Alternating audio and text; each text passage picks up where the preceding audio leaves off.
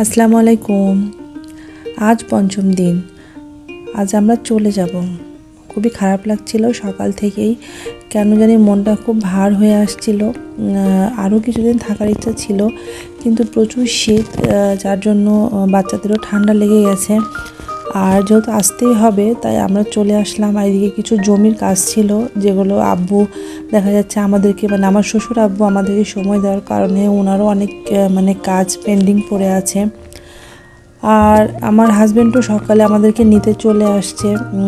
ওরও ভালো লাগছিল না বাসায় একা একা। আর যেহেতু ও আমাদের সাথে থাকতে পারেনি, ওর অফিসের কাজ ছিল ওর জন্য, তো ও অনেক সকালে ট্রেনে রওনা দিয়ে দিয়েছিল। 10:30 বাজতে বাজতেই কুষ্টিয়া পৌঁছে গেছে। তো আমার হাজব্যান্ড বললো যে চলো আজকে সবাই মিলে একটু রবীন্দ্রনাথের কুঠি বাড়ি দেখতে যাই। যেহেতু আমি এর আগে এসছি, কিন্তু আমার আব্বু আম্মু আসেনি, এরা ফার্স্ট টাইম। তো আমার হাজব্যান্ড বললো যে ঠিক আছে চলো। তো এসে হালকা পাতলা কিছু খেয়ে আমরা কুঠি বাড়ি চলে আসলাম। আর এখানে আমি এর আগে আমার হাজব্যান্ডের সাথে এসেছিলাম, আমার অনেক কিছুই দেখা ছিল। তো আমার আম্মু যেহেতু কখনো দেখেনি আর আমার আব্বুও দেখেনি, যার জন্য ওনাদেরকে দেখানোর জন্য আরও আসা। আর যেহেতু আমাদের রাতের ট্রেন, আমরা যাওয়ার সময় গাড়িতে যাব না, কারণ আসার সময় বাচ্চারা অনেক বমি করেছিল। তো আমার হাজব্যান্ড খুব টেনশনে পড়ে গিয়েছিল, যদি আবার যাওয়ার সময় বমি করে। তো বাচ্চাদের বমি করার পর ওরা একদিন ভালোভাবে কিছু খেতে পেরেছিল না। আমি বললাম যে ঠিক আছে, লাগেজ নিয়ে কষ্ট হলেও আমরা ট্রেনেই যাব। তো আমরা ট্রেনে ক্যাবিন বুক করা হয়ে গেছে। তো আমার হাজব্যান্ড বললো যে এতক্ষণ বসে না থেকে একটু ঘুরে আসি।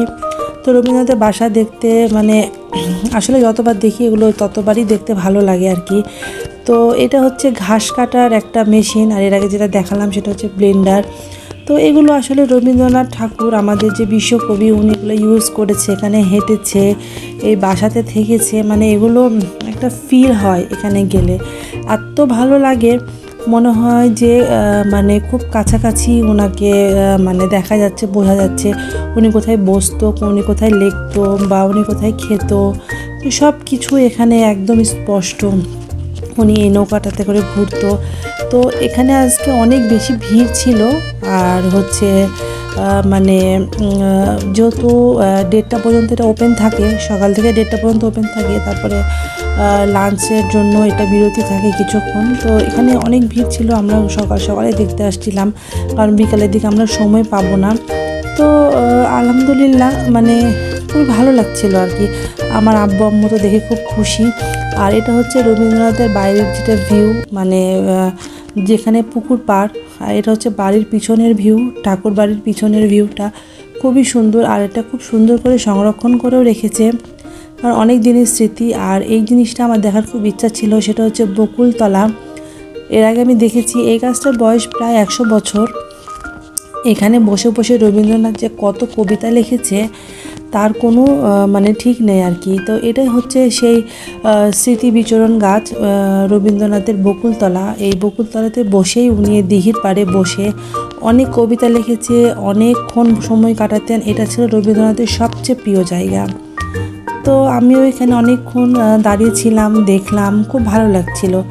আর একটু পুকুর পাড়ে একটু হাঁটছিলাম, আর দেখার চেষ্টা করছিলাম যে আসলে কি একটা শান্ত নীরবতার মধ্যেও অনেক শান্তি আর কি।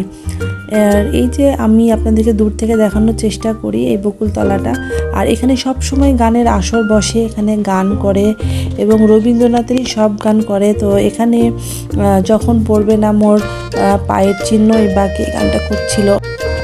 তো এনারা আসলে গান প্রত্যেকটা গানই রবীন্দ্রনাথের গাওয়া, লেখা আর কি।